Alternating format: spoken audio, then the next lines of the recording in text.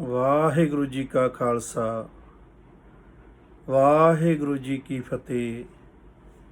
ਜਗਤ ਗੁਰ ਬਾਬਾ ਗੁਰੂ ਨਾਨਕ ਸਾਹਿਬ ਦੀਆਂ ਸੰਗਤਾਂ ਦੇ ਚਰਨਾਂ ਦੀ ਧੂੜ, ਦਾਸ ਤੁਹਾਡਾ ਆਪਣਾ ਮਾਂ ਦੇਸਾਂ ਨੰਦਨ ਜਸਵੀਰ ਸਿੰਘ, ਮੁੱਖ ਸੇਵਾਦਾਰ ਗੁਰਦੁਆਰਾ ਬੁਰਜ ਸਾਹਿਬ ਮਾਈ ਦੇਸਾਂ, ਪਾਤਸ਼ਾਹੀ 10ਵੀਂ, ਪਿੰਡ ਚੱਕ ਫਤਿਹ ਸਿੰਘ ਵਾਲਾ, ਨੇੜੇ ਭੁੱਚੋ ਮੰਡੀ, ਜ਼ਿਲ੍ਹਾ ਬਠਿੰਡਾ, ਦੇਸ਼ ਪੰਜਾਬ।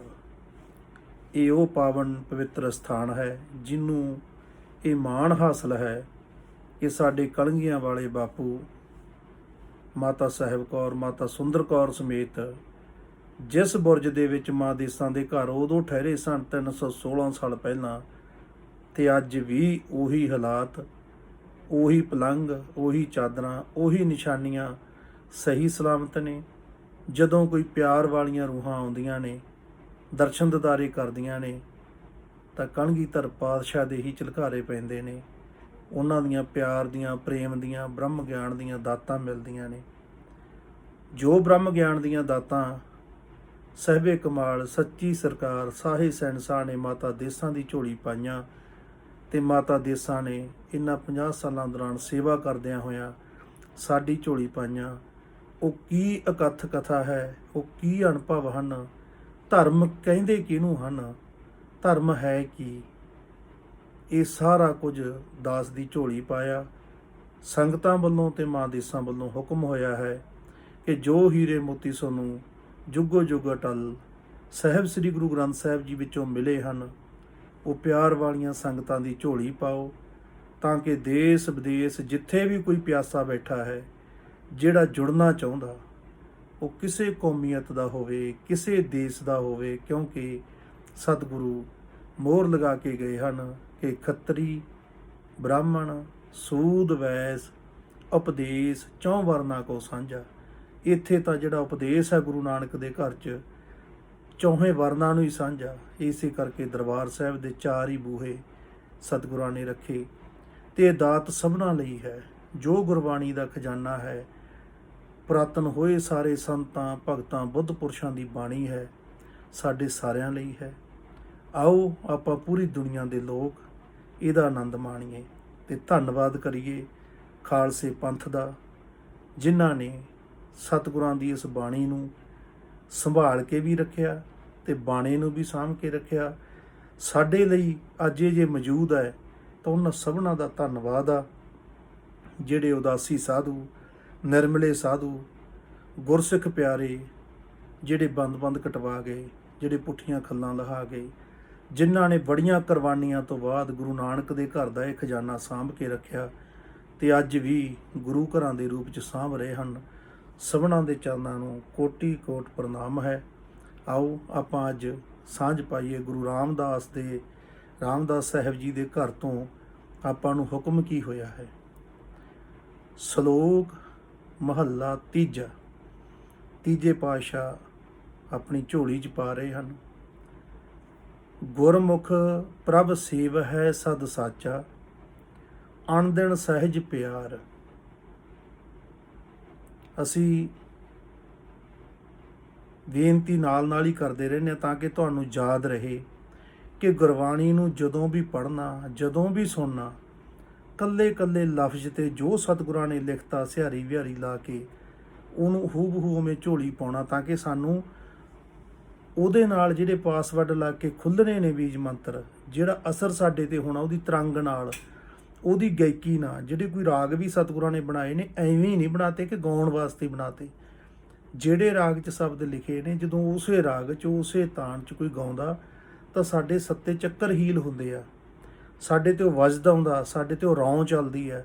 ਜਿਹੜਾ ਗੁਰੂ ਨਾਨਕ ਦੇ ਘਰ 'ਚ ਸਿੱਟਾ ਮਿਲਦਾ ਨਾ ਉਹ ਖੁਮਾਰੀ ਦਾ, ਉਹ ਤਾਂ ਹੀ ਪੈਦਾ ਹੁੰਦਾ ਜੇ ਹੂਬਹੂ ਅਸੀਂ ਸਤਿਗੁਰਾਂ ਦੇ ਬਚਨ ਮੰਨ ਕੇ ਉਵੇਂ ਕਰੀਏ। ਤੁਸੀਂ ਕਦੇ ਕੋਸ਼ਿਸ਼ ਕਰਿਓ, ਪੁਰਾਤਨ ਰਾਗੀ ਭਰ ਕੇ ਕੱਢ ਕੇ ਦੇਖਿਓ, ਪੁਰਾਣੀਆਂ ਰਾਗੀ ਸਿੰਘਾਂ ਦੀਆਂ ਤੰਤੀ ਸਾਜ਼ਾਂ ਵੇਲੇ ਦੀਆਂ ਪੁਰਾਣੀਆਂ ਕੈਸਟਾਂ, ਹੁਣ ਤਾਂ ਗੂਗਲ 'ਤੇ ਸਾਰਾ ਕੁਝ ਮਿਲਦਾ, ਤੇ ਕਦੇ ਨੇਤਰ ਬੰਦ ਕਰਕੇ ਬੈਠ ਕੇ ਸੁਣ ਕੇ ਵੇਖਿਓ,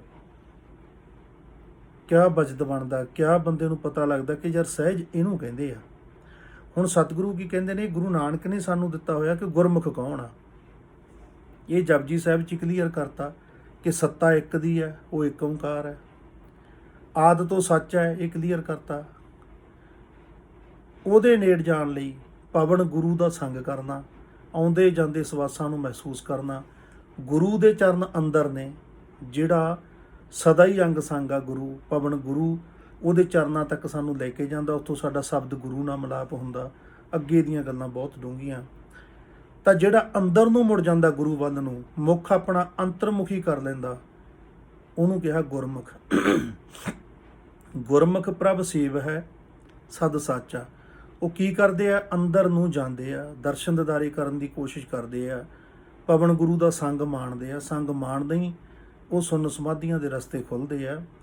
ਪ੍ਰਭੂ ਅੰਦਰ ਹੈ ਸਾਡੇ ਸਭ ਦੇ ਵਸਿਆ ਹੋਇਆ।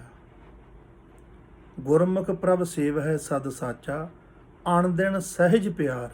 ਅਣ ਦਿਨ ਦਾ ਮਤਲਬ ਹਰ ਰੋਜ਼। ਇਹਨੂੰ ਗੁਰੂ ਨਾਨਕ ਨੇ ਨਿਤਨੇਮ ਕਿਹਾ ਕਿ ਤੁਸੀਂ ਹਰ ਰੋਜ਼ ਇਹ ਕੋਸ਼ਿਸ਼ ਕਰਨੀ ਆ ਆਪਣੇ ਆਪੇ ਨੂੰ ਜਾਣਨ ਦੀ, ਕਿ ਮੈਂ ਕੌਣ ਆ, ਕਿੱਥੋਂ ਆਇਆ, ਕਿੱਥੇ ਜਾਣਾ, ਇਹ ਸਿਸਟਮ ਸਾਰਾ ਕੀ ਹੈ, ਚੱਲੀ ਕਿਵੇਂ ਜਾਂਦਾ ਐਡਾ ਪਸਾਰਾ, ਇਹ ਹੋ ਕਿਵੇਂ ਰਿਹਾ।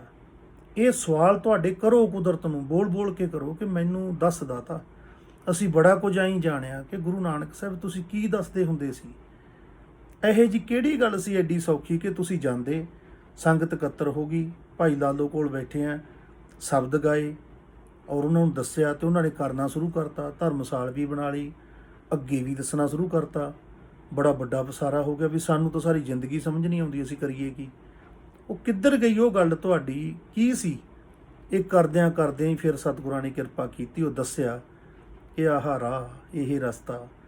ਕੁਛ ਰਸਤੇ ਗੁਪਤ ਹੁੰਦੇ ਆ ਜਿਹੜੇ ਪਹਿਲੀਆਂ ਵਾਰਾਂ 'ਚ ਨਹੀਂ ਦੱਸੇ ਜਾਂਦੇ। ਜਿਵੇਂ ਜਿਵੇਂ ਅਗਲਾ ਸੰਗਤ ਕਰਦਾ ਉਵੇਂ ਉਵੇਂ ਕੁਛ ਭੇਤ ਖੁੱਲ੍ਹਦੇ ਆ। ਪਰ ਜਿਹੜਾ ਨੋਰਮਲ ਸਾਨੂੰ ਦੱਸਣ ਦੇ ਹੁਕਮ ਹੋਏ ਆ ਉਹ ਇਹੀ ਹੈ ਕਿ ਚੌਂਕੜਾ ਲਾ ਕੇ ਬੈਠਣਾ, ਆਪਣੇ ਆਉਂਦੇ ਜਾਂਦੇ ਸਵਾਸਾਂ ਨੂੰ ਮਹਿਸੂਸ ਕਰਨਾ। ਜਿਵੇਂ ਜਿਵੇਂ ਮਹਿਸੂਸ ਕਰੋਗੇ ਬਾਹਰੀ ਜਾਪ ਤੋਂ ਅੰਦਰਲਾ ਜਾਪ ਚੱਲ ਪੈਣਾ, ਜਿਹਨੂੰ ਅਜੱਪਾ ਜਾਪ ਕਿਹਾ। ਸਾਹ ਅੰਦਰ ਨੂੰ ਜਾਂਦਾ ਸੋ, ਵਾਹ ਨੂੰ ਦਾ ਹਮ। ਉਹ ਗੁਰੂ ਨਾਨਕ ਜੋ ਮੰਤਰ ਦਿੰਦੇ ਸੀਗੇ, ਨਾਨਕ ਸੋਹੰਗ ਹੰਸਾਂ ਜਪ ਜਪ ਹੋ ਤੇਰੇ ਭਵਨ ਤੇ ਸਹਿ ਸਮਾਹੇ। ਮਹਾਰਾਜ ਕਹਿੰਦੇ ਤਿੰਨੇ ਭਵਨਾਂ ਦੀ ਸੋਝੀ ਹੋ ਜਾਣੀ ਆ। ਲਾਓ ਪਹਿਰਾ 3 ਮਹੀਨਿਆਂ ਦਾ, ਤਾਂ ਇਹ ਮੰਨ ਕੇ ਚੱਲਿਆ ਕਰੋ, ਫਿਰ ਗਾਹਾਂ ਦੀ ਗਾਹਾਂ ਗੱਲ ਚੱਲਦੀ ਰਹਿੰਦੀ ਆ। ਹੁਣ ਦੇਖੋ, ਗੁਰਮੁਖ ਪ੍ਰਭ ਸੇਵ ਹੈ ਸਦ ਸਾਚਾ, ਅਣ ਦਿਨ ਸਹਿਜ ਪਿਆਰ। ਹਰ ਰੋਜ਼ ਕਰਨ ਨਾਲ ਕੀ ਹੁੰਦਾ, ਸਾਡੇ 'ਚ ਇੱਕ ਆਤਮਿਕ ਅਡੋਲਤਾ ਆਉਂਦੀ ਆ, ਸਹਿਜਤਾ ਆਉਂਦੀ ਆ ਤੇ ਪਿਆਰ ਦੀ ਅਵਸਥਾ ਬਣਦੀ ਆ। ਹੁਣ ਜਿਹੜਾ ਪਿਆਰ ਲਫ਼ਜ਼ ਹੈ ਇਹਨੂੰ ਸਮਝਿਓ ਥੋੜ੍ਹਾ ਜਿਹਾ ਧਿਆਨ ਨਾਲ, ਆਪਾਂ ਇਹਨੂੰ ਸਮਝ ਲਈਏ ਤਾਂ ਕਿ ਸਾਨੂੰ ਸਮਝ ਆ ਸਕੇ। ਗੁਰੂ 10ਵੇਂ ਪਾਤਸ਼ਾਹ ਨੇ ਜਿਹੜਾ ਲਿਖ ਕੇ ਦਿੱਤਾ ਨਾ ਕਿ ਸਾਚ ਕਹੂੰ ਸੁਣ ਲੇਹੋ ਸਭੈ, ਜਿਨ ਪ੍ਰੇਮ ਕੀਓ ਤਿਨ ਹੀ ਪ੍ਰਭ ਪਾਇਓ। ਕਿਉਂ ਪ੍ਰਭੂ ਨੂੰ ਤੇ ਪ੍ਰੇਮ ਨੂੰ ਬਰਾਬਰ ਰੱਖਤਾ? ਉਹਦੇ ਪਿੱਛੇ ਆਹੀ ਰੀਜਨ ਹੈ ਕਿ ਜਿਹੜੇ ਵੀ ਬੰਦੇ ਨੂੰ ਇਹ ਚੇਤਾ, ਕਿਸੇ ਨੇ ਕੋਈ ਸੁਰਤ ਹੋਵੇ ਆਪਾਂ ਨੂੰ, ਜੇ ਕਿਤੇ ਬੈਕ ਚੱਲੋ ਤੁਸੀਂ, ਕੋਈ 3 ਸਾਲ ਤੱਕ ਬੰਦਾ ਜੇ ਸੁਰਤ ਲਿਜਾਵੇ ਪਿੱਛੇ ਜਾ ਸਕਦੀ ਹੈ।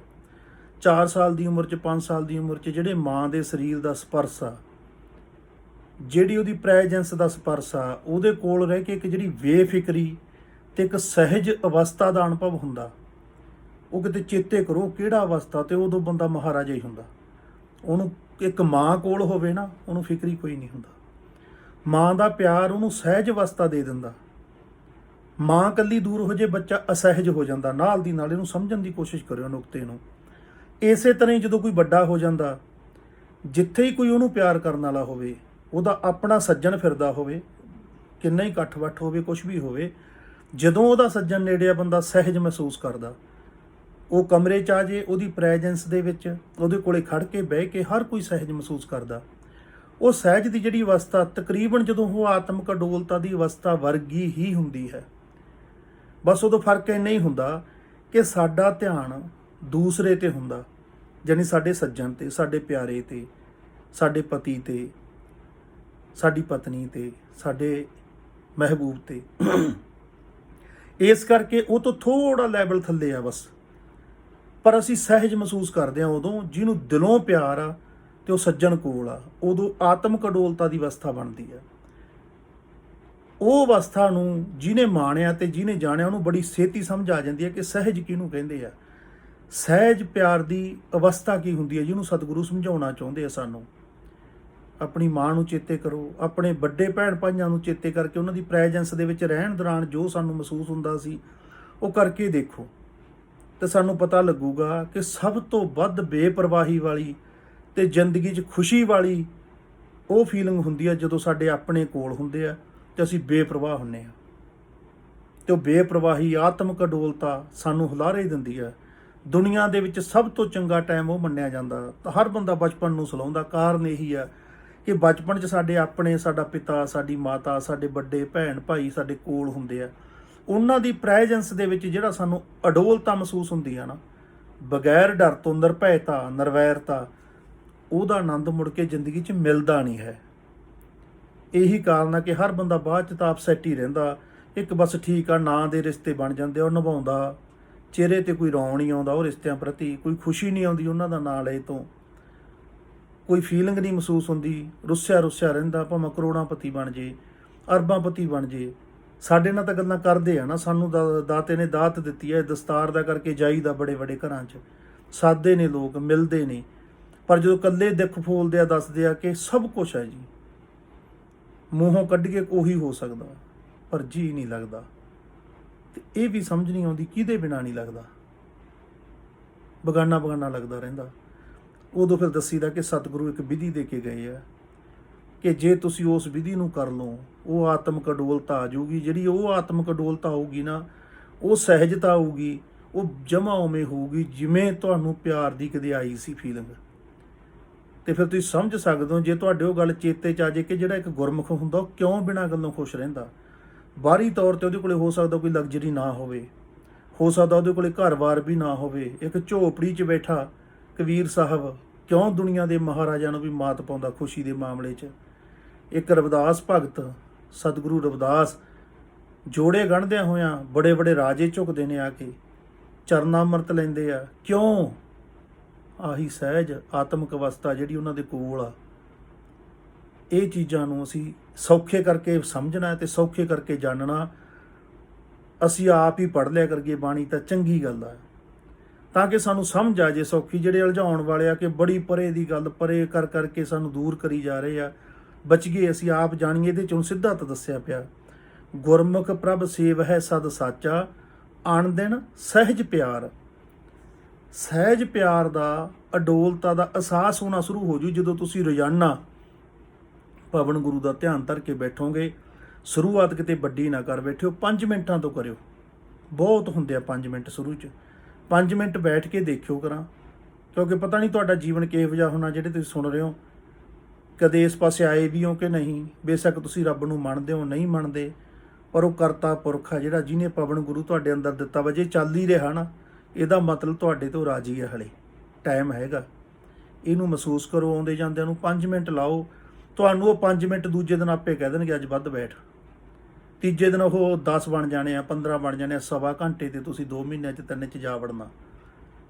ਤੇ ਜਿੱਦੇ ਤੁਹਾਡਾ ਸਵਾ ਘੰਟਾ ਪੂਰਾ ਹੋ ਗਿਆ, ਵਚਨ ਹੈ ਗੁਰੂ ਨਾਨਕ ਦੇ ਘਰ ਦਾ ਕਿ ਤੂੰ ਦਸਵੰਧ ਦੇਣਾ ਸ਼ੁਰੂ ਕਰਤਾ ਨਾ ਟਾਈਮ ਦਾ, ਫਿਰ ਤੂੰ ਗੁਰਮੁਖ ਦੀ ਕੈਟਾਗਰੀ 'ਚ ਆ ਜਾਏਗਾ, ਤੈਨੂੰ ਤੋੜਾ ਘਾਟਾ ਰਹਿਣਾ ਹੀ ਕੋਈ ਨਹੀਂ।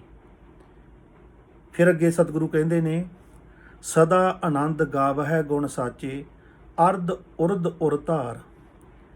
ਕਹਿੰਦੇ ਜਦੋਂ ਇਹ ਗੱਲ ਸਮਝ ਪੈ ਜਾਂਦੀ ਆ, ਆਤਮਿਕ ਅਡੋਲਤਾ ਆਉਂਦੀ ਆ, ਉਹ ਮਹਿਸੂਸ ਹੁੰਦੀ ਆ ਉਹ ਘੜੀ, ਉਹ ਗੱਲ, ਤਾਂ ਫਿਰ ਕਹਿੰਦੇ ਸਦਾ ਹੀ ਆਨੰਦ ਗਾਵੈ ਗੁਣ ਸਾਚੇ। ਫਿਰ ਉਹ ਸੱਚੇ ਦੇ ਗੁਣ ਗਾਉਂਦਾ ਕਿ ਉਹ ਕਰਤਾ ਇੱਕ ਹੈ, ਸਭ ਦੇ ਵਿੱਚ ਰਮਿਆ ਹੋਇਆ, ਸਭ ਦੇ ਵਿੱਚ ਵਸਿਆ ਹੋਇਆ, ਕਿਸੇ ਨਾਲ ਕੋਈ ਵੈਰ ਨਹੀਂ, ਕੋਈ ਵਿਰੋਧ ਨਹੀਂ, ਕੋਈ ਊਚ ਨੀਚ ਨਹੀਂ, ਕਿਉਂਕਿ ਝਲਕਾਰੇ ਹੀ ਉਹਦੇ ਪੈਂਦੇ ਆ ਫੁੱਲਾਂ 'ਚੋਂ, ਹਵਾਵਾਂ 'ਚੋਂ, ਸਾਰੀਆਂ ਦਸ਼ਾਵਾਂ 'ਚੋਂ, ਸਾਰੀਆਂ ਕੌਮਾਂ 'ਚੋਂ, ਸਾਰੇ ਧਰਮਾਂ 'ਚੋਂ, ਸਾਰੇ ਹੀ ਪਿਆਰੇ ਲੱਗਦੇ ਆ। ਕਿਉਂਕਿ ਬਾਣੀ ਕਿਸੇ ਦੀ ਵੀ ਪੜ੍ਹ ਕੇ ਦੇਖ ਲਓ, ਉਸੇ ਦੀ ਬਾਣੀ ਆ। ਇਹਦੇ 'ਚ ਅੱਗੇ ਸ਼ਬਦ ਆਉਣਗੇ, ਆਪਾਂ ਦੇਖਾਂਗੇ। ਕਿਸੇ ਦੀ ਦਰਸ਼ਨ ਕਰ ਲਓ, ਉਹਦੀ ਦਰਸ਼ਨ ਆ। ਝੁਕਣ ਦਾ ਬਹਾਨਾ ਚਾਹੀਦਾ, ਝੁਕ ਕੇ ਵੇਖੋ। ਤੇ ਸਤਿਗੁਰੂ ਕਹਿੰਦੇ ਸਦਾ ਆਨੰਦ ਗਾਵੈ ਗੁਣ ਸਾਚੇ, ਅਰਧ ਉਰਧ ਉਰ ਧਾਰ। ਉਰ ਹਿਰਦੇ ਦੇ ਵਿੱਚ ਧਾਰਨਾ ਬਣਾ ਕੇ ਚੱਲਦਾ ਹੈ, ਉਹਦੇ ਗੁਣ ਗਾਉਂਦਾ ਕਿ ਇਹ ਮਾਲਕ ਤੂੰ ਇੱਕ ਹੈ। ਇਹ ਆਤਮਿਕ ਅਡੋਲਤਾ ਬਣੀ ਰਹੇ। ਇੱਕ ਗੱਲ ਚੇਤੇ ਰੱਖਿਓ, ਜੇ ਮਾੜੀ ਜੀ ਵੀ ਬਣਦੀ ਹੈ ਨਾ, ਮਾੜੀ ਜੀ ਵੀ, ਧੰਨਵਾਦ ਕਰਨ ਨੂੰ ਨਾ ਹਟੋ ਕਿ ਸ਼ੁਕਰ ਹੈ, ਸ਼ੁਕਰ ਹੈ। ਕਦੇ ਮਾੜੀ ਜੀ ਤਰੰਗ ਉੱਠ ਖੜੀ, ਕਦੇ ਕਿਤੇ ਮੱਥਾ ਟੇਕਦੇ ਹਾਂ, ਕਦੇ ਕਿਸੇ ਸਤਪੁਰਸ਼ ਨੂੰ ਮਿਲਦੇ ਹਾਂ, ਕਦੇ ਕਿਸੇ ਚੰਗੀ ਹਸਤੀ ਨੂੰ ਮਿਲਦੇ ਹਾਂ, ਕਦੇ ਕੋਈ ਤਰੰਗ ਉੱਠਿਆ ਲੋਰ, ਇਹ ਬੜਾ ਚੰਗਾ ਲੱਗਿਆ, ਉਹਨੂੰ ਸਾਂਭ ਲਿਓ। ਉਹਨੂੰ ਇਕੱਲੇ ਬਹਿ ਕੇ ਅੱਖਾਂ ਬੰਦ ਕਰ ਕਰਕੇ ਦੇਖਣ ਦੀ ਕੋਸ਼ਿਸ਼ ਕਰਿਓ ਕਿ ਹਾਂ ਕਿੰਨਾ ਵਧੀਆ ਲੱਗਿਆ ਸੀ। ਉਹ ਜਿਹੜੀ ਨੂਰ ਦੀ ਇੱਕ ਝਲਕ ਆ ਉਹਨੂੰ ਟੁੱਟਣ ਨਾ ਦਿਓ। ਉਸੇ ਦਾ ਰੂਪ ਹੀ ਸੀ, ਕਿਸੇ ਰਾਹੀਂ ਆ ਗਈ ਭਮਾ, ਕਿਉਂਕਿ ਕਿਸੇ ਕੋਈ ਦੂਜਾ ਹੈ ਹੀ ਨਹੀਂ ਨਾ। ਸਾਨੂੰ ਲੱਗਦਾ ਹੁੰਦਾ ਦੂਜਾ, ਜਿੰਨਾ ਚਿਰ ਅਸੀਂ ਸਮਝਦੇ ਨਹੀਂ ਗੱਲ। ਉਹ ਆਪ ਹੀ ਫਿਰਦਾ, ਆਪ ਹੀ ਕਰਦਾ ਫਿਰਦਾ ਸਾਰਾ ਕੁਝ। ਰੋਗੀ ਅੰਦਰ ਰੋਗੀ ਆ, ਭੋਗੀ ਅੰਦਰ ਭੋਗੀ ਆ, ਸਾਰਿਆਂ 'ਚ ਆਪ ਹੀ ਆ। ਫਿਰ ਜਦੋਂ ਦੇਖੋਗੇ ਰੰਗ ਉਹਦੇ, ਜਦੋਂ ਇਹ ਗੁਰੂ ਨਾਨਕ ਕਹਿੰਦੇ ਬੁੱਝ ਲਾ ਗੱਲ ਨੂੰ, ਹੁਕਮ ਬੁੱਝ, ਬਸ ਸਮਝ ਜੋ ਗੱਲ ਨੂੰ। ਜਿੱਦੇ ਸਮਝ ਆ ਜਾਂਦੀ ਆ ਸਾਰੇ ਪਾਸਿਓਂ ਇਸ਼ਾਰੇ ਉਹਦੇ ਹੁੰਦੇ ਆ। ਅੱਗੇ ਸਤਿਗੁਰੂ ਕੀ ਕਹਿੰਦੇ ਨੇ, ਅੰਤਰ ਪ੍ਰੀਤਮ ਵਸਿਆ ਧੁਰ ਕਰਮ ਲਿਖਿਆ ਕਰਤਾਰ। ਕਹਿੰਦੇ ਫਿਰ ਅੰਤਰ ਉਹ ਤਾਂ ਵਸਿਆ ਵਈ ਆ ਪ੍ਰੀਤਮ, ਉਹ ਸੱਜਣ, ਉਹ ਸਨੇਹੀ ਜਿਹਨੇ ਸਾਨੂੰ ਆ ਸਰੀਰ ਦੇ ਕੇ ਤੋਰਿਆ, ਮਾਤਾ ਪਿਤਾ ਦਿੱਤੇ, ਆ ਐਡਾ ਸੋਹਣਾ ਸੰਸਾਰ ਦਿੱਤਾ, ਰੰਗਲੀ ਦੁਨੀਆ ਦਿੱਤੀ, ਰੰਗਲੇ ਰਿਸ਼ਤੇ ਦਿੱਤੇ। ਧੰਨਵਾਦ ਕਰੋ ਉਹਦਾ। ਮਹਾਰਾਜ ਕਹਿੰਦੇ ਅੰਤਰ ਪ੍ਰੀਤਮ ਵਸਿਆ ਧੁਰ ਕਰਮ ਲਿਖਿਆ ਕਰਤਾਰ। ਕਿਉਂ? ਧੁਰ ਤੋਂ ਉਹ ਕਰਤੇ ਨੇ ਕਲਮ ਵਾਹੀ ਆ, ਜਿਹੜਾ ਕਰਤਾ ਪੁਰਖ ਆ, ਜਿਹੜਾ ਕਰਤਾਰ ਹੈ, ਜਿਹਨੂੰ ਬਾਬਾ ਨਾਨਕ ਜੀ ਸਤ ਕਰਤਾਰ ਕਹਿ ਕੇ ਬੋਲਦੇ ਸੀ। ਬੋਲ ਮਰਦਾਨਿਆ ਸਤ ਕਰਤਾਰ, ਇਹ ਲਫ਼ਜ਼ ਵਰਤਦੇ ਸਭ ਤੋਂ ਵੱਧ। ਤਾਂ ਮਹਾਰਾਜ ਕਹਿੰਦੇ ਨਾਨਕ ਆਪ ਮਲਾਇਣ ਆਪੇ ਕਿਰਪਾ ਧਾਰ। ਸਾਡੇ ਅੰਦਰ ਮਾੜੀ ਜੀ ਮੰਗ ਉੱਠੇ, ਮਾੜੀ ਜੀ, ਕਿ ਕੀ ਚਾਹੀਦਾ। ਤੁਸੀਂ ਕਿਤੇ ਸੋਚ ਕੇ ਦੇਖੋ, ਨਵੀਂ ਤੋਂ ਨਵੀਂ ਚੀਜ਼ ਕਿਸੇ ਤੋਂ ਸੁਣਿਆ ਹੋ ਤੁਸੀਂ, ਤੇ ਉਸ ਤੋਂ ਬਾਅਦ ਤੁਸੀਂ ਮੰਗ ਉਹਦੀ ਐ ਤੀਬਰ ਗਤੀ ਨਾਲ ਮੰਗ ਕਰੋ ਕਿ ਆ ਚਾਹੀਦੀ ਆ। ਬ੍ਰਹਮੰਡ ਦੀਆਂ ਕਿੰਨੀਆਂ ਹੀ ਸ਼ਕਤੀਆਂ ਉਹਨੂੰ ਖੋਜਣ ਲੱਗ ਜਾਂਦੀਆਂ ਤੁਹਾਡੇ ਲਈ। ਪਤਾ ਹੀ ਨਹੀਂ ਕੌਣ ਆ ਕੇ ਦੱਸ ਪਾ ਜੇ, ਤੇ ਕੌਣ ਕਹਦੇ ਤਾਂ ਮੇਰੇ ਕੋਲ ਆ ਜਾਂ ਮੇਰੇ ਰਿਸ਼ਤੇਦਾਰ ਕੋਲ ਆ। ਤੁਸੀਂ ਕੋਈ ਵੀ ਚੀਜ਼ ਪ੍ਰਤਿਆਵੇ ਦੇ ਤੌਰ ਤੇ ਕਰਕੇ ਦੇਖ ਲਿਓ ਕਿ ਮੈਨੂੰ ਤਾਂ ਆਹ ਚਾਹੀਦਾ, ਉਹ ਵੀ ਮਿਲ ਜੂਗਾ। ਬੜਾ ਦਿਆਲੂ ਆ, ਕਿਉਂਕਿ ਉਹਦਾ ਜਿਹੜਾ ਟੈਲੀਸਕੋਪ ਆ ਨਾ, ਉਹ ਦੇਖਦਾ ਕਿ ਇਹਦੇ ਲੋੜ ਦੀ ਚੀਜ਼ ਫਲਾਣੇ ਥਾਂ ਪਈ ਆ, ਪਰ ਮੰਗੇ ਦਿਲੋਂ ਪਹੁੰਚ ਜਾਂਦਾ। ਨਾਨਕ ਆਪ ਮਿਲਾਇਣ ਆਪੇ ਕਿਰਪਾ ਧਾਰੋ, ਫਿਰ ਆਪੇ ਮੇਲ ਮਿਲਾ ਦਿੰਦਾ। ਪਿਆਸ ਪੈਦਾ ਹੋਣੀ ਚਾਹੀਦੀ ਹੈ, ਉਹ ਤੁਹਾਡੇ ਕੰਨੀ ਤੁਰ ਪੈਂਦਾ ਉਹਦੀ। ਸਤਿਗੁਰਾਂ ਦੇ ਬਚਨ ਹੈ ਕਿ ਤੁਸੀਂ ਇੱਕ ਕਦਮ ਤੁਰਦੇ ਹੋ ਨਾ, ਉਹ 1000 ਕਦਮ ਤੁਰਦਾ। ਐਸਾ ਰੰਗਲਾ ਮਾਲਕ ਆ ਮੇਰਾ। ਅੱਗੇ ਸਤਿਗੁਰੂ ਆਪਾਂ ਨੂੰ ਕੀ ਦੱਸਦੇ ਆ, ਮਹੱਲਾ ਤੀਜਾ। ਕਹਿਆ ਕਥਿਆ ਨਾ ਪਾਈਐ ਅਣਦਿਨ ਰਹਿ ਸਦਾ ਗੁਣ ਗਾਏ। ਕਹਿੰਦੇ ਕੱਲਾ ਕਹਿੰਦੇ ਹੀ ਰਹਿਗੇ। ਜਿਵੇਂ ਆਪਾਂ ਹੁਣ ਸਾਉਣ ਦਾ ਮਹੀਨਾ ਚੱਲਦਾ, ਵਿਚਾਰ ਕਰਕੇ ਯਾਰ ਵੀ ਦੇਖੀ ਹਰਿਆਲੀ ਕਿੰਨੀ ਸੋਹਣੀ ਲੱਗਦੀ ਹੁੰਦੀ ਆ, ਫਲਾਣੇ ਥਾਂ ਗਏ, ਇੰਨੇ ਬੂਟੇ ਲੱਗੇ ਵੇ, ਇੰਨਾ ਕੁਛ ਵਧੀਆ ਲੱਗੇ, ਉੱਥੇ ਜਾ ਕੇ ਆਹ ਲੱਗੇ ਆਹ ਲੱਗੇ, ਆਪਾਂ ਤਾਂ ਆਪ ਕਰਾਂਗੇ ਐਂ, ਲਾਵਾਂਗੇ ਤੁਲਸੀ ਲਿਆ ਕੇ ਘਰੇ, ਕਿੰਨੀ ਆਕਸੀਜਨ ਆਉਂਦੀ ਆ ਉਹਦੇ 'ਚ, ਵਿਗਿਆਨੀ ਦੱਸਦੇ ਆ ਕਿੰਨਾ 24 ਘੰਟੇ ਆਕਸੀਜਨ ਹੈ। ਐਲੋਵੀਰਾ 'ਚੋਂ ਕਿੰਨੀ ਆਕਸੀਜਨ ਆਉਂਦੀ ਆ, ਇਹ ਵੀ ਲਾਵਾਂਗੇ ਆਪਾਂ। ਕਹਿਆ ਕਥਿਆ ਨਾ ਪਾਈਆ ਅਣਦਿਨ ਰਹਿ ਸਦਾ ਗੁਣ ਗਾਏ। ਮਹਾਰਾਜ ਕਹਿੰਦੇ ਇਕੱਲਾ ਕਹਿ ਕੀ ਹਟ ਜਾਣਾ, ਉਹ ਕਰਦਾ ਨਹੀਂ ਉਵੇਂ। ਦਿਨ ਰਾਤ ਉਹ ਕਰਨਾ ਪੈਂਦਾ। ਜਿਹੜੀ ਚੀਜ਼ ਚਾਹੁੰਦੇ ਹੋਈਏ ਉਹਦੇ ਲਈ ਕਰਮ ਵੀ ਕਰਨਾ ਪੈਂਦਾ, ਉਹਦੇ ਲਈ ਤੁਰਨਾ ਵੀ ਪੈਂਦਾ, ਕਿਆਰੀਆਂ ਬਣਾਉਣੀਆਂ ਪੈਣੀਆਂ, ਬੀਜ ਲਿਆ ਕੇ ਲਾਉਣੇ ਪੈਣੇ ਆ, ਪਨੀਰੀ ਲਾਉਣੀ ਪੈਣੀ ਹੈ, ਫਿਰ ਜਾ ਕੇ ਪ੍ਰਫੁੱਲਤ ਹੋਣਾ। ਕਹਿਆ ਕਥਿਆ ਨਾ ਪਾਈਐ ਅਣਦਿਨ ਰਹਿ ਸਦਾ ਗੁਣ ਗਾਏ। ਬਿਨ ਕਰਮੈ ਕਿਨੇ ਨਾ ਪਾਇਓ ਭੌਂਕ ਮੂਏ ਬਿਲ ਲਾਏ। ਹੁਣ ਇੱਥੇ ਦੇਖੋ ਆ ਮੋਹਰ ਲਾਤੀ ਕਿ ਕਰਮ ਤੋਂ ਬਿਨਾ ਉਹ ਹੋਣਾ ਨਹੀਂ। ਕਰਮ ਕਰਨਾ ਪੈਣਾ, ਕਰਮ ਹਰ ਚੀਜ਼ ਦਾ ਕਰਨਾ ਪੈਂਦਾ। ਆਹੀ ਜਿਹੜੀ ਵਿਧੀ ਦਿੱਤੀ ਹੈ, ਇਹਦੇ ਲਈ ਉੱਠਣਾ ਪੈਣਾ, ਅੰਮ੍ਰਿਤ ਵੇਲਾ ਸਾਂਭਣਾ ਪੈਣਾ। ਜਦੋਂ ਹੀ ਤੁਹਾਨੂੰ ਜਾਗ ਆ ਜਾਂਦੀ ਹੈ, ਕਮ ਸੇ ਕਮ 6 ਘੰਟੇ ਸੌਣ ਤੋਂ ਬਾਅਦ ਉੱਠਣ ਦਾ ਵੇਲਾ ਹੀ ਹੁੰਦਾ, ਜਦੋਂ ਮਰਜ਼ੀ ਉੱਠ ਖੜੋ। ਸੂਰਜ ਚੜ੍ਹਨ ਤੋਂ 2 ਘੰਟੇ ਪਹਿਲੇ ਇਹਨੂੰ ਅੰਮ੍ਰਿਤ ਵੇਲਾ ਕਿਹਾ ਜਾਂਦਾ, ਜਦੋਂ ਮਰਜ਼ੀ ਆ ਜਾਓ। ਤੇ ਉਹਦੇ ਲਈ ਤੁਹਾਨੂੰ ਕਰਮ ਕਰਨਾ ਪੈਣਾ, ਸੁਚੇਤ ਹੋ ਕੇ ਚੌਂਕੜਾ ਲਾ ਕੇ ਬਹਿਣਾ ਪੈਣਾ। ਨਹੀਂ ਚੌਂਕੜਾ ਲੱਗਦਾ ਕਿਸੇ ਆਸਣ ਤੇ ਕੁਰਸੀ ਤੇ ਬਹਿ ਜਾਓ, ਕੋਈ ਗੱਲ ਨਹੀਂ। ਇੰਨਾ ਕੁ ਕਰਮ ਤੁਹਾਨੂੰ ਕਰਨਾ ਪੈਣਾ। ਜਦੋਂ ਕਰਮ ਕਰੋਗੇ ਉਦੋਂ ਫਿਰ ਉਹ ਚੀਜ਼ ਨੇ ਵਾਪਰਨਾ ਸ਼ੁਰੂ ਹੋ ਜਾਣਾ, ਕਿਉਂਕਿ ਊਰਜਾ ਸਾਰਾ ਕੁਝ। ਊਰਜਾ ਨੂੰ ਜਦੋਂ ਤੁਸੀਂ ਕਲੰਪ ਕਰਦੇ ਹੋ, ਆਪਣੇ ਕੰਮ ਕਰਦੇ ਸ਼ੁਰੂ ਕਰ ਦਿੰਦੀ ਹੈ। ਤੇ ਬਿਨ ਕਰਮੈ ਕਿਨੈ ਨਾ ਪਾਇਓ ਭੌਂਕ ਮੂਏ ਬਿਲ ਲਾਏ। ਜਿਹੜੇ ਮਹਾਰਾਜ ਕਹਿੰਦੇ ਇਕੱਲੇ ਕਹਿੰਦੇ ਕੱਸਦੇ ਹੀ ਰਹਿੰਦੇ ਸੀ ਨਾ, ਭੌਂਕਦੇ ਰਹਿੰਦੇ ਸੀ। ਲਫ਼ਜ਼ ਦੇਖੋ ਕਿੰਨਾ ਸਖਤ ਵਰਤਿਆ ਕਿ ਜੇ ਤੁਸੀਂ ਕਰਦੇ ਨਹੀਂ, ਇਕੱਲਾ ਮੂੰਹ ਦੀ ਬਾਂ ਬਾਂ ਕਰਦੇ ਰਹਿਣੋ, ਹਾਂ ਕਰਾਂਗੇ ਹਾਂ ਕਰਾਂਗੇ। ਮਹਾਰਾਜ ਕਹਿੰਦੇ ਭੌਂਕ ਮੂਏ ਬਿਲ ਲਾਏ, ਬਿਲਕਦੇ ਰਹਿੰਦੇ ਆ। ਕਹਿੰਦੇ ਸਭ ਕੁਝ ਹੁੰਦਿਆਂ ਸੁਣਦਿਆਂ ਕਹਿੰਦੇ ਉਹਨਾਂ ਨੂੰ ਜਕ ਨਹੀਂ ਆਉਂਦੀ ਹੈ। ਜਦੋਂ ਵੀ ਕੁਝ ਕਰਨਾ ਦੂਜੇ ਦਾ ਖਰਾਬ ਕਰਨ ਲਈ ਕਰਨਾ, ਹੌਂਕੇ ਲਈ ਜਾਣੇ ਆ, ਫਲਾਨਾ ਤਰੱਕੀ ਕਰ ਗਿਆ, ਫਲਾਨਾ ਆ ਕਰ ਗਿਆ। ਸਾਰਾ ਕੁਝ ਹੁੰਦਿਆਂ ਹੋਇਆਂ ਵੀ ਆਪਦੇ ਅੰਦਰ ਨਹੀਂ। ਜਾਣੀ ਬੰਦੇ ਨੂੰ ਚਾਹੀਦਾ ਤਾਂ ਇਹ ਸੀ ਕਿ ਜੇ ਰੋਟੀ ਨਹੀਂ ਘਰ ਪੱਕਦੀ ਹੈ ਉਹਦੀ ਖਾਤਰ 8-10 ਘੰਟੇ ਕੰਮ ਕਰਨਾ ਪੈਂਦਾ ਤਾਂ ਰੋਟੀ ਖਾਣ ਨੂੰ ਮਿਲਦੀ ਹੈ। ਅਤੇ ਜਿੱਦੇ ਇੰਨੀ ਕੁ ਦਾਤੇ ਨੇ ਅੰਨ ਧਨ ਦੇਤਾ ਕਿ 2 ਮਹੀਨਿਆਂ ਦਾ, ਮਹੀਨੇ ਦਾ ਰਾਸ਼ਨ ਪਿਆ ਜਾਂ 6 ਮਹੀਨਿਆਂ ਦਾ, ਹੁਣ ਤਾਂ ਆਪਣੇ ਸਾਲ ਦੇ ਢੋਲ ਭਰ ਕੇ ਰੱਖ ਲੈਂਦੇ ਆ ਪਿਆ, ਤਾਂ ਕਦੇ ਕੁਛ ਦਿਨ ਤਾਂ ਫਿਰ ਫ੍ਰੀ ਕੱਢ ਲਈਏ ਕਿ ਅਸੀਂ ਆਪਣੇ ਆਪ ਨੂੰ ਜਾਣਨ ਲਈ ਕੀ ਕਰਦੇ ਹਾਂ, ਪੈਸਾ ਕਮਾਉਣ ਲਈ ਸਾਰਾ ਕੁਝ ਕਰਦੇ ਹਾਂ, ਹੋਰ ਬੜਾ ਕੁਝ ਕਰਦੇ ਹਾਂ, ਪਰ ਆਪਣੇ ਆਪੇ ਨੂੰ ਜਾਣਨ ਲਈ ਅਸੀਂ ਕੀ ਸਿੱਖਦੇ ਹਾਂ, ਕਿੱਥੇ ਕਲਾਸ ਲਾਉਣੇ ਆ, ਕਿਹੜੇ ਸਾਧੂ ਦਾ ਸੰਗ ਕਰਦੇ ਹਾਂ, ਅਸੀਂ ਕਿੰਨਾ ਕੁ ਖਰਚ ਕਰਦੇ ਹਾਂ ਆਪਦੇ ਆਪ 'ਤੇ, ਕਿਤਾਬਾਂ ਪੜ੍ਹਨ 'ਤੇ ਕਿੰਨਾ ਕੁ ਟਾਈਮ ਲਾਉਂਦੇ ਹਾਂ। ਆਪਣੇ ਘਰਾਂ 'ਚ ਲਾਇਬ੍ਰੇਰੀ ਹੈ ਕਿਸੇ ਦੇ? ਕੇਰਲ ਵੱਲ ਜਾਈਏ, ਘਰ ਪਰਸਨਲ ਲਾਇਬ੍ਰੇਰੀਆਂ, ਹਰ ਇੱਕ ਬੱਚੇ ਦੀ ਆਪਣੀ ਆਪਣੀ ਲਾਇਬ੍ਰੇਰੀ ਹੈ। ਫਿਰ ਅਸੀਂ ਕਹਿੰਦੇ ਹਾਂ ਜੀ ਉਹ IAS IPS ਉਹੀ ਬਣੀ ਜਾਂਦੇ ਆ। ਬਣਨਾ ਹੀ ਆ ਬਈ, ਕਰਮ ਕਰਦੇ ਆ ਅਤੇ ਅਸੀਂ ਕਰਮ ਕਰਦੇ ਨਹੀਂ ਹਾਂ, ਤਾਂ ਕਰਕੇ ਅਸੀਂ ਉਲਝਦੇ ਹਾਂ। ਇਹ ਗੱਲਾਂ ਨੂੰ ਸਮਝਣਾ। ਗੁਰ ਕਾ ਸ਼ਬਦ ਮਨ ਤਨ ਭਿੱਜੈ, ਆਪ ਵਸੈ ਮਨ ਆਏ। ਤੁਸੀਂ ਅੰਦਰ ਜਾਓਗੇ, ਟਿਕਾ ਬਣਨ ਲੱਗ ਜੂਗਾ, ਮਹਿਸੂਸ ਕਰਿਓ ਆਉਂਦੇ ਜਾਂਦੇ ਸਵਾਸਾਂ ਨੂੰ, ਬੈਠਿਓ ਅਤੇ ਅੱਗੇ ਘਟਨਾ ਵਾਪਰਦੀਆਂ ਆਪਣੇ ਨਾਲ। ਕਹਿੰਦੇ ਗੁਰ ਕਾ ਸ਼ਬਦ, ਉਹ ਗੁਰੂ ਕਰਤਾ ਪੁਰਖ ਪਰਮ ਪਿਤਾ ਪਰਮਾਤਮਾ, ਉਹਦੀ ਇੱਕ ਸਾਊਂਡ ਹੈ, ਉਹਦਾ ਇੱਕ ਸ਼ਬਦ ਆ, ਇੱਕ ਓਂਕਾਰ ਸਤਿਨਾਮ, ਜਿਹਨੂੰ ਗੁਰੂ ਨਾਨਕ ਨੇ ਓਂਕਾਰ ਕਰਕੇ ਵੀ ਬਾਣੀ ਲਿਖੀ ਆ। ਉਹ ਤੁਹਾਡੇ ਮਨ ਦੇ ਵਿੱਚ ਅਤੇ ਤਨ ਦੇ ਵਿੱਚ ਵਸ ਹੀ ਰਿਹਾ ਅਸਲ ਦੇ ਵਿੱਚ। ਤੁਸੀਂ ਜਦੋਂ ਧਿਆਨ ਉੱਥੇ ਲੈ ਕੇ ਜਾਓਗੇ ਨਾ, ਫਿਰ ਤੁਹਾਨੂੰ ਸਮਝ ਆਉਣਾ, ਤੁਹਾਨੂੰ ਸੁਣਨਾ ਉਹਨੇ। ਇਹ ਤਾਂ ਥੋੜ੍ਹੇ 4 ਦਿਨਾਂ ਦੀ ਖੇਡ ਹੀ ਹੈ ਜਿਹੜਾ ਸੁਣਨ ਲੱਗ ਜਾਂਦਾ ਕੰਨਾਂ ਤੋਂ, ਜਿਵੇਂ ਜਿਵੇਂ ਤੁਸੀਂ ਬਹਿਣ ਦੀ ਕੋਸ਼ਿਸ਼ ਕਰਦੇ ਹੋ। ਗੁਰ ਕਾ ਸ਼ਬਦ ਮਨ ਤਨ ਭਿੱਜੈ, ਫਿਰ ਤੁਹਾਡਾ ਮਨ ਅਤੇ ਤਨ ਇੱਕ ਲੋਰ 'ਚ ਭਿੱਜਣਾ ਸ਼ੁਰੂ ਹੋ ਜਾਂਦਾ।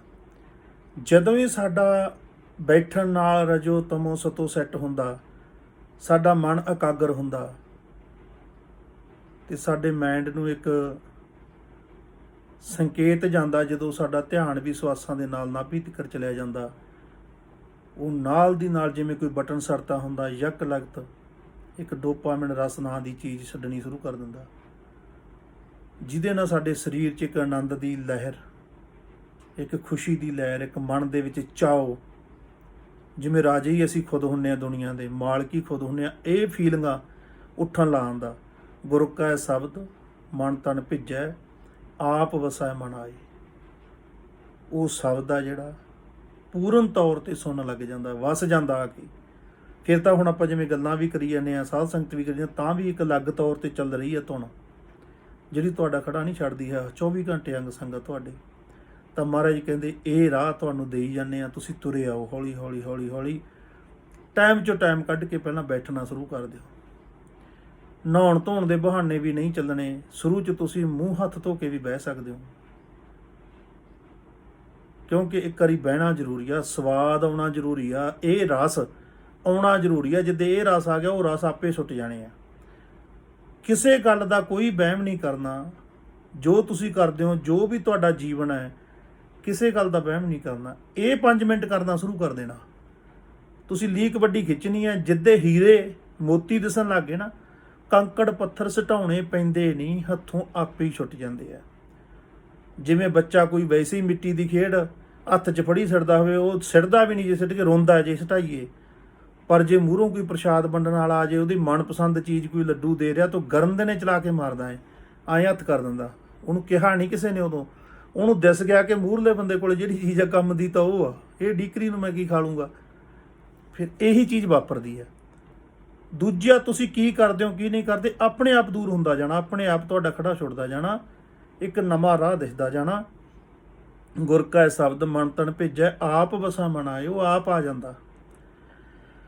ਹਰੀ ਕਰਤਾ ਆਪਣੀ ਪ੍ਰੈਜੈਂਸ ਦਿਖਾਉਣੀ ਸ਼ੁਰੂ ਕਰ ਦਿੰਦਾ ਤੁਹਾਡੇ ਕੰਮਾਂ ਧੰਦਿਆਂ 'ਚ, ਤੁਹਾਡੇ ਚਿੱਤ 'ਚ, ਤੁਹਾਡੇ ਵਰਤ ਵਰਤੇਵਿਆਂ 'ਚ, ਸਾਰੇ ਪਾਸੇ ਇੱਕ ਪਿਆਰ ਦਾ ਝਲਕਾਰਾ ਪੈਂਦਾ, ਇੱਕ ਰੌਂ ਦਿਸਦੀ ਆ ਉੱਡਦੀ ਸਾਰੇ ਪਾਸੇ। ਫਿਰ ਸਤਿਗੁਰੂ ਕੀ ਕਹਿੰਦੇ ਆ, ਨਾਨਕ ਨਦਰੀ ਪਾਈ ਹੈ ਆਪੇ ਲਏ ਮਿਲਾਏ। ਜਦੋਂ ਅਸੀਂ ਰੋਜ਼ਾਨਾ ਇਹ ਕਾਰਜ ਕਰਦੇ ਹਾਂ ਨਾ, ਰੋਜ਼ਾਨਾ ਵੱਡਾ ਨਿਤਨੇਮ ਵੱਡਾ, ਰੋਜ਼ ਨਿਤਨੇਮ ਬਹਿੰਦੇ ਹਾਂ, ਅਸੀਂ ਇਹ ਚੀਜ਼ ਕਰਦੇ ਰਹਿੰਦੇ ਹਾਂ ਕਿ ਬ੍ਰਹਮੰਡੀ ਜਿਹੜੀਆਂ ਸ਼ਕਤੀਆਂ ਨਾ ਪਰਮ ਪਿਤਾ ਦੀਆਂ, ਉਹਨਾਂ 'ਚ ਇੱਕ ਗੱਲ ਚੱਲ ਪੈਂਦੀ ਹੈ, ਉਹਨਾਂ ਨੂੰ ਇੱਕ ਖਿੱਚ ਬਣਨੀ ਸ਼ੁਰੂ ਹੋ ਜਾਂਦੀ ਹੈ ਕਿ ਉਹਨਾਂ ਦੀ ਜਿਹੜੀ ਜੈਮਤੀ ਆ ਸਾਡੇ 'ਤੇ ਵਰਨੀ ਸ਼ੁਰੂ ਹੋ ਜਾਂਦੀ ਹੈ। ਸਾਨੂੰ ਇਹੋ ਜਿਹੇ ਬਹੁਤ ਅਹਿਸਾਸ ਹੁੰਦੇ ਕਿ ਜਿਵੇਂ ਸਾਡੇ ਸਿਰ 'ਚ ਕੋਈ ਆ ਕੇ ਪੋਲਾ ਪੋਲਾ ਤੇਲ ਲਾਈ ਜਾਂਦਾ ਹੁੰਦਾ ਕਿ ਅੰਦਰ ਕੋਈ ਸਰੂਰ ਹੋ ਰਿਹਾ। ਬਹੁਤ ਕੁਛ ਨਿੱਕੀਆਂ ਨਿੱਕੀਆਂ ਸ਼ਕਤੀਆਂ ਵਾਪਰਨੀਆਂ ਸ਼ੁਰੂ ਹੋ ਜਾਂਦੀਆਂ, ਉਹਦੀ ਨਜ਼ਰ ਪੈਣੀ ਸ਼ੁਰੂ ਹੋ ਜਾਂਦੀ ਹੈ। ਜਿਵੇਂ ਸਾਡੀ ਲੋੜੀ ਦੀਆਂ ਚੀਜ਼ਾਂ, ਕੋਈ ਸਬਜ਼ੀ ਵਾਲਾ ਜਾਂ ਕੋਈ ਦੁੱਧ ਵਾਲਾ ਜਾਂ ਕੋਈ ਵੀ ਕਿਸੇ ਇੱਕ ਚੌਂਕ 'ਚ ਖੜਦਾ ਹੋਵੇ ਕਿ 8 ਤੋਂ 9 ਖੜਦਾ, ਅਸੀਂ ਬੱਚੇ ਨੂੰ ਕਹਿੰਦੇ ਆ ਵੀ ਜਾ 8:15 ਹੋ ਗਏ, ਉਹ ਉੱਥੇ ਜਾ ਲੈ ਕੇ ਆ। ਉਹ ਅਸੀਂ ਤਾਂ ਦਾਅਵੇ ਨਾਲ ਭੇਜਦੇ ਹਾਂ ਬੱਚੇ ਨੂੰ ਜਾਂ ਕਿਸੇ ਨੂੰ ਵੀ ਕਿ ਸਾਨੂੰ ਪਤਾ ਉਹ 8 ਤੋਂ 9 ਉੱਥੇ ਹੀ ਹੁੰਦਾ। ਅਸੀਂ ਕਿਸੇ ਹੋਰ ਨੂੰ ਵੀ ਦੱਸ ਪਾ ਸਕਦੇ ਹਾਂ ਕਿ ਕੋਈ ਸਾਨੂੰ ਪੁੱਛੇ ਜੀ ਮੈਨੂੰ ਸਬਜ਼ੀ ਚਾਹੀਦੀ ਸੀ, ਆਪਾਂ ਕਹਿੰਦੇ ਆ ਵੀ ਘੜੀ ਦੇਖ ਕੇ ਜਾ ਉਹ ਫਲਾਣੇ ਚੌਂਕ 'ਚ ਬਸ ਜਾ, ਉੱਥੇ ਫਲਾਣਾ ਬੈਠਾ ਹੋਣਾ, ਜਾ ਲਿਆ। ਕਿਉਂਕਿ ਸਾਨੂੰ ਪੱਕਾ ਪਤਾ, ਸਾਨੂੰ ਜਚਿਆ ਵਾ ਕਿ ਉਹ 8 ਤੋਂ 9 ਉੱਥੇ ਹੀ ਹੁੰਦਾ। ਅਤੇ ਉਹ ਪੱਕੀ ਸਾਨੂੰ ਜਚੀ ਗੱਲ ਉਹਦਾ ਕੀ ਕਰ ਰਹੀ ਹੈ, ਉਹਦੀ ਆਮਦਨ ਵਧਾ ਰਹੀ ਹੈ। ਅਸੀਂ ਵੱਖ-ਵੱਖ ਥਾਵਾਂ ਤੋਂ ਇੱਕ ਇੱਕ ਬੰਦਾ ਹੋਰ ਤੋਰ ਰਹੇ ਹਾਂ ਜਿਹੜਾ ਸਾਨੂੰ ਪੁੱਛ ਰਿਹਾ। ਉਹ ਇਸ ਕਰਕੇ ਆਮਦਨ ਵੱਧਦਾ ਉਹਦੀ ਕਿ ਉਹ ਇੱਕ ਥਾਂ ਨੂੰ ਉਹਨੇ 1 ਘੰਟੇ ਨੂੰ ਮੰਨਿਆ ਹੋਇਆ। ਅਤੇ ਜੇ ਇਹ ਹੋਵੇ ਵੀ ਇੱਕ ਦਿਨ ਬੈਠੇ ਨਾ, ਅਤੇ ਅਸੀਂ ਆਪਦੇ ਵੀ ਬੱਚੇ ਨੂੰ ਕਹਾਂਗੇ ਉਹ ਨੇੜੇ ਪਤਾ ਕਰ ਲਓ, ਇੱਥੋਂ ਉਹਦਾ ਤਾਂ ਪਤਾ ਹੀ ਨਹੀਂ, ਉੱਥੇ ਹੋਵੇ ਨਾ ਹੋਵੇ, ਭਕਾਈ ਨਾ ਜਾਵੇ ਯਾਰ। ਉਹਦਾ ਕਿੱਡਾ ਨੁਕਸਾਨ ਹੋ ਗਿਆ, ਪੈਸੇ ਦਾ ਵੀ ਹੋਰ ਵੀ। ਕਿਉਂਕਿ ਉਹਦਾ ਨਿਤਨੇਮ ਪੱਕਾ ਨਹੀਂ ਸੀ। ਇਸੇ ਤਰ੍ਹਾਂ ਜਦੋਂ ਅਸੀਂ ਨਿੱਤ ਬਹਿਣਾ ਸ਼ੁਰੂ ਕਰਦੇ ਹਾਂ, ਦੁਨਿਆਵੀ ਸ਼ਕਤੀਆਂ ਵੀ, ਇਲਾਹੀ ਸ਼ਕਤੀਆਂ ਵੀ, ਮਾਨਸਿਕ ਸ਼ਕਤੀਆਂ ਵੀ ਸਾਨੂੰ ਟੋਹਣ ਲੱਗ ਜਾਂਦੀਆਂ। ਆਸਣ ਸਿੱਧ ਹੋਣਾ ਸ਼ੁਰੂ ਹੋ ਜਾਂਦਾ। ਕਿਸੇ ਇੱਕ ਆਸਣ 'ਚ ਜਦੋਂ ਅਸੀਂ 40 ਮਿੰਟਾਂ ਤੋਂ ਵੱਧ ਬਹਿ ਜਾਂਦੇ ਹਾਂ ਨਾ, ਅਤੇ ਉਹ ਸਿੱਧੀ ਆਉਣੀ ਸ਼ੁਰੂ ਹੋ ਜਾਂਦੀ ਹੈ। ਫਿਰ ਇਹਨਾਂ ਦੇ ਵੱਖ-ਵੱਖ ਪੈਟਰਨ ਆਓ, ਕਿਤੇ ਆਪਾਂ ਗੱਲਾਂ ਗਾਂਹ ਕਰਿਆ ਕਰਾਂਗੇ। ਜਿਵੇਂ ਜਿਵੇਂ ਆਪਣਾ ਬਾਹ ਪੈਂਦਾ ਜਾਣਾ, ਤਾਂ ਮਹਾਰਾਜ ਕਹਿੰਦੇ ਨਾਨਕ ਨਦਰੀ ਪਾਈ ਹੈ ਆਪੇ ਲਏ ਮਿਲਾਏ। ਉਹਦੀ ਨਦਰ 'ਚ ਆਉਣ ਲੱਗ ਜਾਂਦਾ ਬੰਦਾ, ਉਹਦੀ ਰੇਂਜ 'ਚ ਆਉਣ ਲੱਗ ਜਾਂਦਾ, ਅਤੇ ਉਹ ਆਪੇ ਹੀ ਆਪਣੇ ਆਪੇ ਨਾਲ ਮੇਲ ਉਹਨੂੰ ਬਖਸ਼ ਦਿੰਦਾ। ਪੌੜੀ। ਆਪੇ ਵੇਦ ਪੁਰਾਣ ਸਭ ਸਾਸਤ, ਆਪ ਕਥੈ ਆਪ ਭੀਜੈ। ਹੁਣ ਅਸੀਂ ਇਹ ਗੱਲਾਂ ਕਰਦੇ ਹੀ ਨਹੀਂ ਹਾਂ ਸਹਿ ਸੁਭਾਅ, ਕਿਉਂਕਿ ਅਸੀਂ ਪੜ੍ਹਦੇ ਨਹੀਂ ਹਾਂ। ਹੁਣ ਸਤਿਗੁਰੂ ਪਤਾ ਕੀ ਕਹਿ ਰਹੇ ਆ, ਸਾਡੇ ਤਾਂ ਬਾਹਰ ਇਹਨਾਂ ਗੱਲਾਂ ਪਿੱਛੇ ਲੜਾਈਆਂ ਹੋਈ ਜਾਂਦੀਆਂ, ਆਹ ਗਲਤ ਆ, ਠੀਕ ਆ, ਕਿੰਨਾ ਕੁਛ ਚੱਲੀ ਜਾਂਦਾ। ਅਸੀਂ ਤਾਂ ਖੈਰ ਬਾਹਰ ਜਾਂਦੇ ਹੀ ਨਹੀਂ ਹਾਂ, ਪਰ ਜਦੋਂ ਕਈ ਵਾਰੀ ਕੋਈ ਇੱਥੇ ਆ ਕੇ ਦੱਸਣ ਲੱਗ ਜਾਂਦਾ ਕਿ ਮਾੜੀਆਂ ਜਿਹੀਆਂ ਖਬਰਾਂ ਦੇਖੋ ਕੀ ਆ, ਤਾਂ ਉਦੋਂ ਪਤਾ ਲੱਗਦਾ ਕਿ ਇੰਨੀ ਨੇਰ ਕਰਦੀ ਕੋਲੇ ਸਾਡੇ ਗੁਰੂ ਗ੍ਰੰਥ ਸਾਹਿਬ ਆ। ਅਸੀਂ ਇਹ ਤੋਂ ਨਹੀਂ ਆਗਿਆ ਲੈ ਰਹੇ, ਇਹ ਤੋਂ ਨਹੀਂ ਪੁੱਛ ਰਹੇ ਵੀ ਆਹ ਗੱਲਾਂ ਕੀ ਆ। ਤਾਂ ਸਤਿਗੁਰੂ ਕੀ ਕਹਿ ਰਹੇ ਆ, ਕਹਿੰਦੇ ਆਪੇ ਵੇਦ ਪੁਰਾਣ ਸਭ ਸਾਸਤ, ਆਪ ਕਥੈ ਆਪ ਭੀਜੈ। ਕਹਿੰਦੇ ਉਹ ਕਰਤਾ ਪੁਰਖ, ਉਹ ਮਾਲਕ ਆਪੇ ਬਿਆਨ ਕਰਦਾ, ਆਪੇ ਹੀ ਵੇਦ ਆ ਉਹ, ਅਤੇ ਆਪੇ ਹੀ ਵੇਦ ਲਿਖਦਾ, ਆਪੇ ਹੀ ਪ੍ਰਾਣ ਲਿਖਦਾ। ਆਪ ਹੀ ਉਹ ਵੇਦ ਹੈ, ਆਪ ਹੀ ਪ੍ਰਾਣ ਹੈ, ਅਤੇ ਆਪ ਹੀ ਉਹ ਲਿਖਦਾ ਹੈ। ਅਤੇ ਫਿਰ ਕੀ ਕਹਿੰਦੇ ਆ, ਅਤੇ ਆਪ ਹੀ ਸੁਣ ਕੇ ਪ੍ਰਸੰਨ ਹੁੰਦਾ, ਅਤੇ ਆਪ ਹੀ ਸੁਣਾਉਂਦਾ। ਅਤੇ ਇਹਦੇ ਮਤਲਬ ਤੁਸੀਂ ਸਮਝ ਸਕਦੇ ਹੋ ਕਿ ਉਹ ਆਪ ਹੀ ਆ ਸਾਰੇ ਪਾਸੇ। ਕੋਈ ਹਿੰਦੂ ਨਹੀਂ, ਮੁਸਲਮਾਨ ਨਹੀਂ, ਕੋਈ ਸਿੱਖ ਈਸਾਈ ਨਹੀਂ। ਇਹ ਮਿੱਟੀ ਦੇ ਭਾਂਡਿਆਂ ਦੇ ਨਾਂ, ਇਹਦੇ 'ਚ ਜਿਹੜੀ ਜੋਤੀ ਆ ਉਹ ਇੱਕੋ ਹੈ, ਇੱਕੋ ਹੈ ਭਾਈ, ਇੱਕੋ ਹੈ। ਸਾਹਿਬ ਮੇਰਾ ਇੱਕੋ ਹੈ। ਇਸੇ ਕਰਕੇ ਗੁਰੂ ਨਾਨਕ ਦੇ ਧਰਮ ਨੂੰ ਇਨਸਾਨੀਅਤ ਦਾ ਧਰਮ ਕਿਹਾ ਜਾਂਦਾ।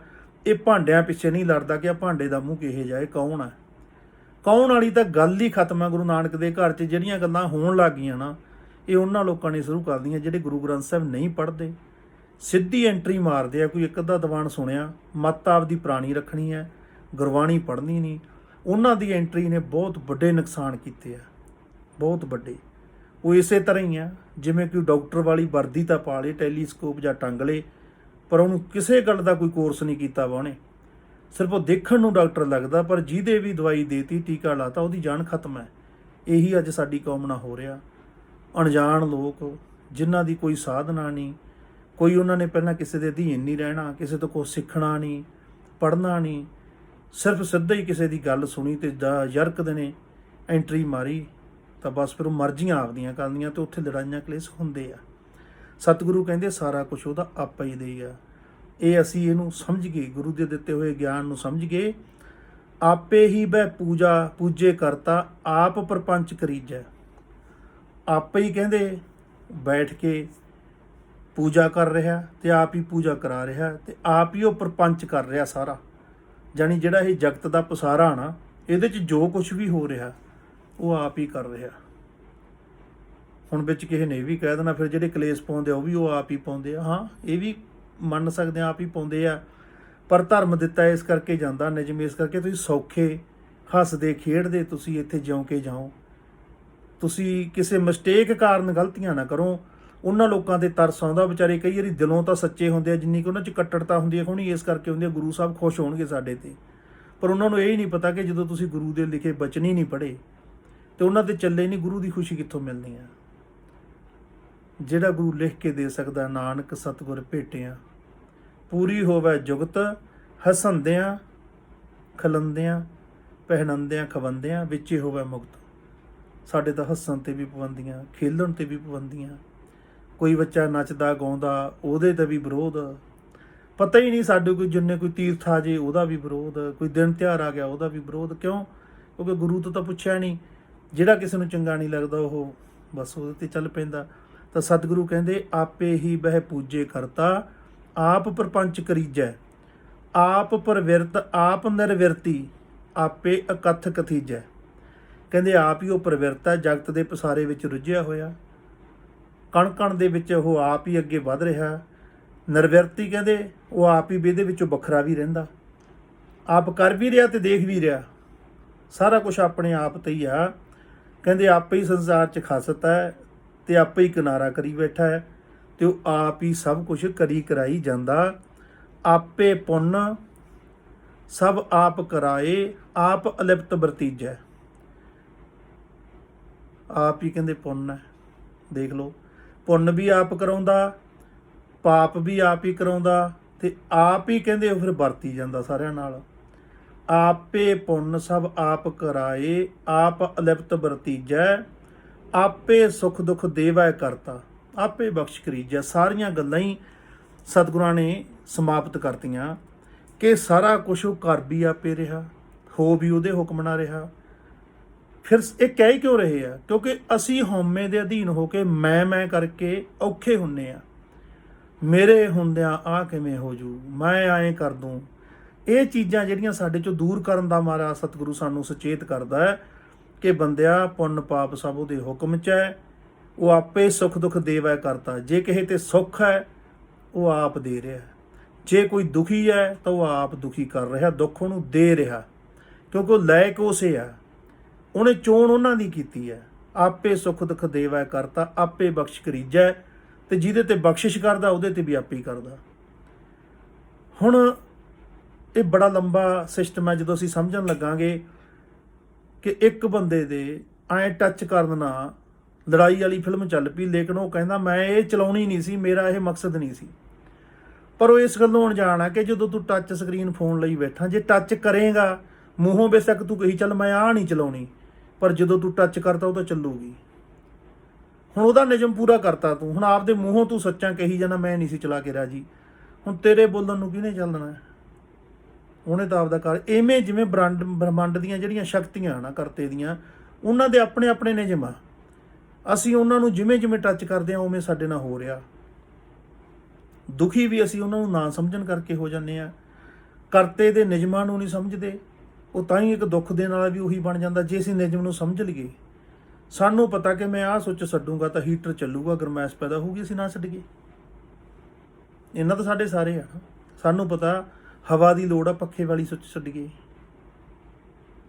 ਸਾਡੇ ਕੋਲੇ ਸਾਰਾ ਕੁਝ ਹੀ ਹਾਜ਼ਰ ਹੈ। ਜਦੋਂ ਅਸੀਂ ਗੁਰੂ ਦੇ ਕੋਲ ਆਉਣੇ ਆ, ਗੁਰੂ ਸਾਨੂੰ ਸਮਝਾਉਂਦਾ, ਸਾਨੂੰ ਉਹਦੀਆਂ ਸ਼ਕਤੀਆਂ ਦੇ ਨਿਯਮਾਂ ਦਾ ਪਤਾ ਲੱਗਦਾ। ਜਿਵੇਂ ਜਿਵੇਂ ਨਿਯਮਾਂ ਦਾ ਪਤਾ ਲੱਗਦਾ ਉਵੇਂ ਉਵੇਂ ਸਾਡਾ ਜਿਹੜਾ ਕਾਰਜ ਸਾਡੀ ਸਮਝ ਆਉਂਦਾ ਜਾਂਦਾ। ਸਤਿਗੁਰੂ ਮਿਹਰ ਕਰਨ, ਕਿਰਪਾ ਕਰਨ। ਜਿਵੇਂ ਜਿਵੇਂ ਸਾਨੂੰ ਕਿਰਪਾ ਕੀਤੀ ਹੈ ਸਾਡੀ ਮਾਂ ਦੇਸਾਂ ਨੇ, ਉਵੇਂ ਉਵੇਂ ਸਾਨੂੰ ਜਿਵੇਂ ਸਮਝ ਬਖਸ਼ੀ ਹੈ ਸਤਿਗੁਰਾਂ ਨੇ, ਆਪਾਂ ਸਾਂਝ ਪਾਉਂਦੇ ਰਹਾਂਗੇ। ਤੁਸੀਂ ਬੜਾ ਪਿਆਰ ਦੇ ਰਹੇ ਹੋ, ਕਾਫੀ ਗੁਰਮੁਖ ਪਿਆਰੇ ਤੁਸੀਂ ਸੁਣ ਰਹੇ ਹੋ, ਤੇ ਇਹਨੂੰ ਸੁਣੋ, ਆਪਣੇ ਭੈਣ ਭਰਾਵਾਂ ਨੂੰ ਵੀ ਸੁਣਾਓ, ਅੱਗੇ ਸ਼ੇਅਰ ਵੀ ਕਰੋ। ਜੋ ਚੈਨਲ ਆ ਮਾਂ ਦੇਸਾਂ ਡਾਕਟਰ ਜਸਵੀਰ ਸਿੰਘ, ਇਹਨੂੰ ਸਬਸਕ੍ਰਾਈਬ ਵੀ ਕਰੋ, ਤਾਂ ਕਿ ਦਿਨੋਂ ਦਿਨ ਜਿਵੇਂ ਆਪਣੀ ਸੰਗਤ ਜੁੜਦੀ ਜਾਣੀ ਆ, ਗੱਲ ਆਪਣੇ ਸਮਝ ਆਉਂਦੀ ਜਾਣੀ ਆ। ਦੇਖੋ, ਦੂਸਰੀ ਗੱਲ ਇਹ ਆ ਕਿ ਮੈਨੂੰ ਜੋ ਮੇਰੀ ਮਾਤਾ ਨੇ ਕਿਹਾ ਕਿ ਗੁਰੂ ਗ੍ਰੰਥ ਸਾਹਿਬ 'ਚ ਜੋ ਲਿਖਿਆ, ਜਿਵੇਂ ਲਿਖਿਆ ਉਵੇਂ ਹੀ ਦੱਸਣਾ। ਕੀ ਚੱਲ ਰਿਹਾ ਉਹ ਤੋਂ ਡਰ ਕੇ ਜਾਂ ਉਹਦੇ ਪ੍ਰਭਾਵ ਹੇਠ ਆ ਕੇ ਗਲਤ ਗੱਲ ਨਹੀਂ ਕੋਈ ਕਹਿਣੀ, ਕਿਉਂਕਿ ਇਹਨਾਂ 50 ਸਾਲਾਂ 'ਚ ਬੈਠੇ ਇਹੀ ਦੇਖੀ ਜਾਂਦੇ ਆ ਕਿ ਮੱਖੀ ਤੇ ਮੱਖੀ ਮਾਰੀ ਜਾ ਰਹੀ ਹੈ ਸਾਰੇ ਪਾਸੇ। ਉਹਦਾ ਕਰਕੇ ਅਸੀਂ ਉਹ ਗੱਲਾਂ ਤਾਂ ਕਰ ਨਹੀਂ ਰਹੇ ਤੇ ਨਾ ਕਰਨੀਆਂ। ਸਾਨੂੰ ਜਿਹੜੀ ਦ੍ਰਿਸ਼ਟੀ ਗੁਰੂ ਨਾਨਕ ਨੇ ਦਿੱਤੀ ਹੈ ਉਹ ਦ੍ਰਿਸ਼ਟੀ ਅਨੁਸਾਰ ਹੀ ਅਸੀਂ ਦੱਸ ਰਹੇ ਹਾਂ, ਬੋਲ ਰਹੇ ਹਾਂ, ਪਰ ਹੈ ਗੁਰੂ ਗ੍ਰੰਥ ਸਾਹਿਬ ਦੇ ਅਨੁਸਾਰ। ਕਿਸੇ ਗੁਰਮੁਖ ਪਿਆਰੇ ਨੇ ਕੋਈ ਸਾਂਝ ਪਾਉਣੀ ਹੋਵੇ ਤਾਂ ਵੀ ਇੱਥੇ ਆਓ, ਨਾਲੇ ਦਰਸ਼ਨ ਦਿਦਾਰੇ ਕਰੋ ਗੁਰੂ ਘਰ ਦੇ, ਮਹਾਰਾਜ ਦੀਆਂ ਬਖਸ਼ਿਸ਼ ਨਿਸ਼ਾਨੀਆਂ ਦੇ, ਉਸ ਕੱਚੇ ਬੁਰਜ ਸਾਹਿਬ ਦੇ, ਜੋ ਸਾਡੇ ਲਈ ਅੱਜ ਕਲਗੀਧਰ ਪਾਤਸ਼ਾਹ ਨਾਲ ਸੰਬੰਧਿਤ ਇੱਕੋ ਇੱਕ ਪੂਰੇ ਵਿਸ਼ਵ ਵਿੱਚ ਨਿਸ਼ਾਨੀ ਹੈ, ਜਿਹਦੀ ਆਪਾਂ ਆਉਣ ਵਾਲੇ ਸਮੇਂ 'ਚ ਸੇਵਾ ਸੰਭਾਲ ਵੀ ਉਸ ਤਰੀਕੇ ਨਾਲ ਕਰਨੀ ਹੈ ਕਿ ਸੰਗਤਾਂ ਲਈ ਇੱਥੇ ਸਭ ਕੁਝ ਬਣ ਸਕੇ, ਹੋ ਸਕੇ। ਤੁਸੀਂ ਸਾਰਿਆਂ ਨੇ ਸਾਥ ਦੇਣਾ, ਸਾਰੇ ਹੀ ਜੁੜੇ ਰਹੋ, ਆਪਣੇ ਆਪ ਨੂੰ ਜਾਣਨ ਦੀ ਕੋਸ਼ਿਸ਼ ਕਰੋ। ਜੋ ਗੁਰੂ ਨਾਨਕ ਨੇ ਸਾਡੀ ਝੋਲੀ ਪਾਇਆ, ਗੁਰੂ ਨਾਨਕ ਦੀਆਂ ਬਾਣੀਆਂ ਦੇ ਵਿੱਚੋਂ ਅਸੀਂ ਤੁਹਾਨੂੰ ਦੱਸ ਰਹੇ ਹਾਂ ਕਿ ਉਹ ਪਰਮ ਪਿਤਾ ਇੱਕ ਆ, ਸਾਡੇ ਅੰਦਰ ਸੁਪਿਆ ਹੋਇਆ। ਅੰਦਰ ਜਾਣ ਲਈ ਸਵਾਸਾਂ ਦੇ ਨਾਲ, ਪਵਨ ਗੁਰੂ ਦੇ ਨਾਲ ਜਾਣਾ ਬਹੁਤ ਜ਼ਰੂਰੀ ਹੈ। ਜਾਵਾਂਗੇ ਤਾਂ ਸਾਰਾ ਕੁਝ ਸਮਝ ਜਾਵਾਂਗੇ। ਗੁਰੂ ਨਾਨਕ ਸਾਹਿਬ, ਜਗਤ ਗੁਰੂ ਬਾਬਾ ਦੀਆਂ ਸੰਗਤਾਂ ਦੇ ਚਰਨਾਂ ਦੀ ਧੂੜ, ਦਾਸ ਮਾਂ ਦੇਸਾਂ ਨੰਦਨ ਜਸਵੀਰ ਸਿੰਘ, ਮੁੱਖ ਸੇਵਾਦਾਰ ਗੁਰਦੁਆਰਾ ਬੁਰਜ ਸਾਹਿਬ ਮਾਈ ਦੇਸਾਂ, ਪਾਤਸ਼ਾਹੀ 10ਵੀਂ। ਗੱਜ ਕੇ ਫਤਿਹ ਬੁਲਾਓ। ਵਾਹਿਗੁਰੂ ਜੀ ਕਾ ਖਾਲਸਾ, ਵਾਹਿਗੁਰੂ ਜੀ ਕੀ ਫਤਿਹ।